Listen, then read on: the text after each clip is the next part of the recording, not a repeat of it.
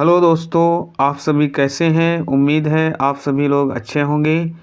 आज हम सीखेंगे अभाज्य गुणनखंड विधि से लासा और मासा ज्ञात करना। तो बहुत ही आसान तरीके से समझेंगे, जिसमें हम ये सीखेंगे अभाज्य गुणनखंड विधि। तो अभाज्य गुणनखंड विधि से आज हम देखेंगे लासा और मासा ज्ञात करना, जिसे एलसीएम और एचसीएफ कहा जाता है, जिसका मतलब होता है लीस्ट कॉमन मल्टीपल और ये होता है हाईएस्ट कॉमन फैक्टर। लासा का मतलब होता है लघुत्तम समापवर्तक और मासा का मतलब होता है महत्तम समापवर्तक। तो हमको इनमें ज्ञात करना है। तो सबसे पहले हम देखेंगे एलसीएम मतलब लासा ज्ञात करना। तो पहला हम देखते हैं, पहला सवाल है इसमें 12, 18, 24 इसका एलसीएम निकालना है, वो भी अभाज्य गुणनखंड विधि से। नाम से ही पता चलता है अभाज्य गुणनखंड विधि। इसका मतलब यही है कि हम पहले इनके अभाज्य गुणनखंड निकालेंगे। तो 12 के हम पहले अभाज्य गुणनखंड निकाल लेंगे। तो 12 के अभाज्य गुणनखंड निकालने के लिए यहाँ पर हम लिख लेते हैं 12, और अभाज्य गुणनखंड निकालने के लिए 2 से काटेंगे। अभाज्य संख्या सबसे छोटी 2 है, तो 2 छंग 12 और उसके बाद 2 तियाँ 6 और उसके बाद 3 से कट रहा है, 3 एकम 3 हो जाएगा। ऐसे ही हम 18 के अभाज्य गुणनखंड निकाल लेंगे। तो 18 के अभाज्य गुणनखंड सबसे छोटी अभाज्य संख्या 2 से कट रहा है तो काटेंगे। तो 2 9 18, फिर 3 से कट रहा है, 3 त्रिका 9, फिर 3 से कट रहा है, 3 एकम 3 हो जाएगा। ऐसे ही हम 24 के निकालेंगे। तो 24 के अभाज्य गुणनखंड क्या होंगे, 24 इसके अभाज्य गुणनखंड निकालेंगे। तो यहाँ 2 से कट रहा है, 2 एकम 2, 2 दूनी 4, फिर 2 से कटेगा, 2 छंग 12 और फिर 2 से कट रहा है, 2 तियाँ 6। अब यहाँ हमको वो 3 से काटना है। अब 3 से कट रहा है इसलिए 3 से काटेंगे, 3 एकम 3। तो इन सभी के अभाज्य गुणनखंड हमने निकाल लिए हैं। अब हम इसको सॉल्व करेंगे। तो 12 लिख लेंगे, 12, उसके बाद अगला है 18 और 24। ये सभी अंक हम लिख लेंगे पहले। उसके बाद इनके जो जो अभाज्य गुणनखंड हैं उनको हम यहाँ पर सामने लिख लेंगे। तो 12 के क्या हैं, 12 के ये निकले हुए हैं 2 गुणे 2 गुणे 3।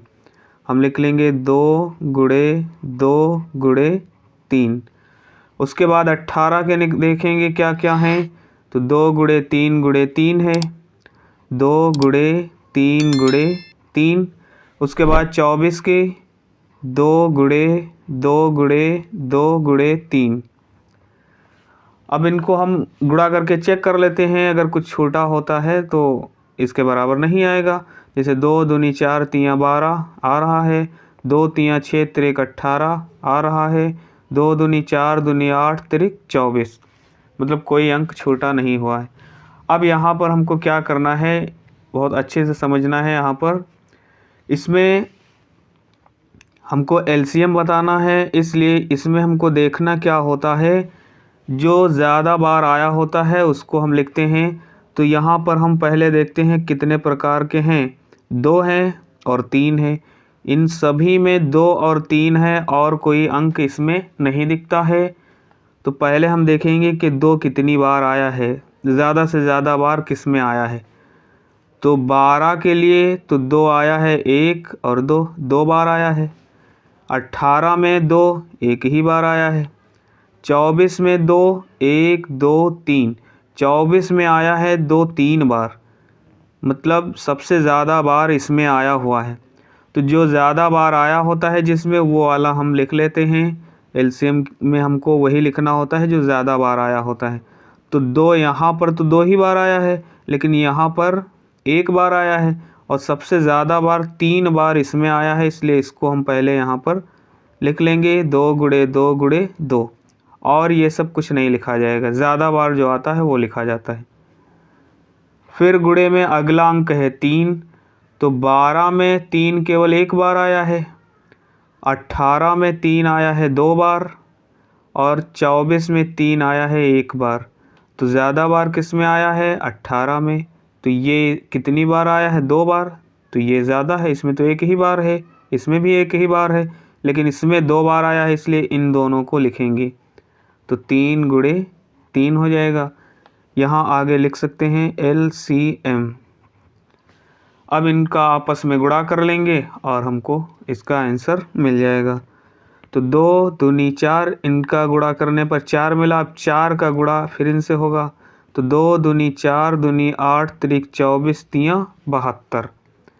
तो इस प्रकार से ये 72, ये इसका आंसर हमको मिल जाता है। तो इस प्रकार से हम ज्ञात करते हैं LCM। अब हम देखते हैं दूसरा। तो 16, 32 और 80, इसका LCM निकालना है। तो सबसे पहले अभाज्य गुणनखंड निकालेंगे सभी के। तो अभाज्य गुणनखंड निकालेंगे तो 16 के अभाज्य गुणनखंड 2 अठे 16, 2 चौको 8 और 2 दूनी 4 और 2 एकम 2 हो जाएगा। और 32 के लिए 2 एकम 2, 2 छंग 12 हो जाएगा और 2 अठे 16 हो जाएगा, 2 चौको 8 और 2 दूनी 4 हो जाएगा और 2 एकम 2 हो जाएगा। ऐसे ही 80 के निकालेंगे तो 2 चौको 8, ये 0 बढ़ा लेंगे, फिर 2 दूनी 4, ये 0 बढ़ा लिया, फिर 2 एकम 2, ये 0 बढ़ा लिया, और फिर 2 पंची 10 और फिर 5 एकम 5। इन सभी के अभाज्य गुणनखंड हमको मिल गए हैं। अब सभी के अभाज्य गुणनखंड हमको लिख लेना होगा। तो अभाज्य गुणनखंड जब हम लिखेंगे तो पहले 16 के लिख लेते हैं। तो 16 के हमको क्या मिले हुए हैं? 2 दूनी 4 दूनी 8 दूनी 16। ऐसे ही 32 के लिख लेंगे तो 2 दूनी 4 दूनी 8 दूनी 16 दूना 32। ऐसे ही 80 के लिख लेंगे तो 80 के हैं 2 गुणे 2 गुणे 2 गुणे 2, 2 दूनी 4 दूनी 8 दूनी 16 पंचे 80। अब इनमें हमको देखना होगा LCM क्या है। तो LCM इसका हमको मिल जाएगा। यहाँ पर 2 इसमें कितनी बार? 4 बार आया है और 2 इसमें आया है 1 2 3 4 5 बार और 2 इसमें आया है 4 बार। तो ज़्यादा बार इसमें आया है, तो ज़्यादा बार वाला हम यहाँ पर लिख लेंगे। तो 2 गुणे 2 गुणे 2, ये हमको लिखना होगा यहाँ पर 5 बार, क्योंकि ये आया है 5 बार इसमें। उसके बाद और इसमें 2 अंक है और 5 है, तो 5 अकेला है, तो इसको हम अकेला ही लिख लेंगे 5। इन सभी का आपस में गुणा करेंगे तो 2 दूनी 4 दूनी 8 दूनी 16 दूना 32, हमको मिल जाता है 32। और 32 का गुणा जब हम 5 से करेंगे, 5 दूनी हमको मिल जाएगा 10 और 5 तियाँ 15 और 15 और 1 हो जाता है 16। तो 160 ये इसका आंसर हो जाएगा। तो अब हम देखेंगे HCF ज्ञात करना। अब हम देखेंगे HCF निकालना। तो HCF यानी कि इसका मासा निकालना। तो मासा हम कैसे निकालेंगे? तो मासा निकालने के लिए सबसे पहले वैसे ही हमको लिखना होगा, क्योंकि अभाज्य गुणनखंड विधि से निकाल रहे हैं, इसलिए इनके अभाज्य गुणनखंड निकालेंगे पहले। तो हमको यहाँ लिखना होगा 12, 18 और 24। पहले ये संख्याएं लिख लेंगे। अब इनके अभाज्य गुणनखंड हमको लिखना होगा। इससे पहले अभी हमने अभाज्य गुणनखंड निकाला है। तो 12 के क्या निकाले थे? 2 दूनी 4 तियाँ 12। ऐसे ही 18 के 2 तियाँ 6 और त्रिक 18। ऐसे ही 24 के क्या निकाले थे? अभी हमने निकाले हैं ऊपर। अब ये बार बार नहीं निकालेंगे, निकालना समझ गए हैं कैसे निकाला जाता है। तो हम लिख लेते हैं 24 की 2 दूनी 4 दूनी 8 तिरिक 24 हो जाएगा। अब यहाँ पर हमको निकालना है HCF। तो लिखेंगे HCF। तो HCF हमको क्या मिल जाएगा? सबसे पहले हमको इसमें देखना होगा कि तीनों में कौन सा उभयनिष्ठ है। उभयनिष्ठ का मतलब जो मिल रहा है तीनों में, कॉमन जो हो रहा है, उसको हम यहाँ पर पहले लिख लेंगे। तो 2 यहाँ है, 2 यहाँ है, 2 यहाँ है, तो ये 2 तीनों में मिल रहा है, तो इसको हम यहाँ पर लिख लेंगे। फिर गुणे अगला हम देखते हैं कौन सा मिल रहा है। 2 यहाँ है अगला, इसमें भी 2 अगला है, लेकिन इसमें 2 नहीं है, इसलिए ये कॉमन नहीं हो रहा सभी में, इसको नहीं लिखना है। अब हम देखेंगे 3 को, 3 यहाँ है, 3 इसमें भी है और 3 इसमें भी है, यहाँ भी मिल रहा है, तो 3 लिख लेंगे। 2 यहाँ है और इसमें कहीं नहीं है, इसमें है लेकिन इसमें नहीं, 3 इसमें है तो इनमें कहीं नहीं है, तो कॉमन केवल यही हो रहे हैं 2, इसलिए इनका आपस में गुणा हो जाएगा। 3 दूनी हमको मिल जाएगा यहाँ पर 6 और ये इसका HCF हो जाएगा। तो इस प्रकार से हम HCF निकालते हैं। अब हम देखते हैं अगला क्वेश्चन इसका। तो अगला है 16, 32 और 80 का। तो 16, 32 और 80 का निकालना है। तो अभी हमने अभाज्य गुणनखंड निकाले हैं इसके। तो 2 दूनी 4, दूनी 8, दूनी 16 हो जाएगा। ऐसे ही 2 दूनी 4, दूनी 8, दूनी 16, दूना 32 हो जाएगा। और 80 के हो जाएंगे 2 दूनी 4, दूनी 8, दूनी 16 और 5 80। तो अब हमको यहाँ पर इसके उभयनिष्ठ निकालना होगा। तो सीधे यहाँ लिख सकते हैं HCF।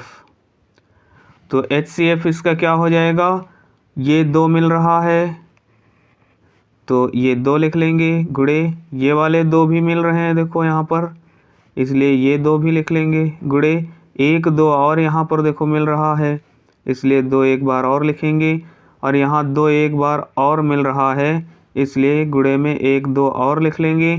2 यहाँ है लेकिन इसमें नहीं है, अब इसमें भी नहीं। 5 यहाँ है लेकिन इसमें नहीं है, ना तो इसमें है, इसलिए जो उभयनिष्ठ हैं, जो सभी में हैं, कॉमन हो रहे हैं, वही हमने लिख लिया है। अब इनका आपस में गुणा कर लेंगे और जब गुणा करते हैं तो 2 दूनी 4, दूनी 8, दूनी 16, तो यहाँ हमको मिल जाता है 16 और 16 ही इसका आंसर हो जाएगा। तो इस प्रकार से हम अभाज्य गुणनखंड विधि से LCM और HCF को निकालते हैं। तो दोस्तों वीडियो अच्छा लगा हो तो वीडियो को लाइक करिए और ज़्यादा से ज़्यादा शेयर करिए। चैनल पर नए हैं तो चैनल को सब्सक्राइब ज़रूर करें। मिलते हैं अगली वीडियो में, तब तक के लिए बाय बाय।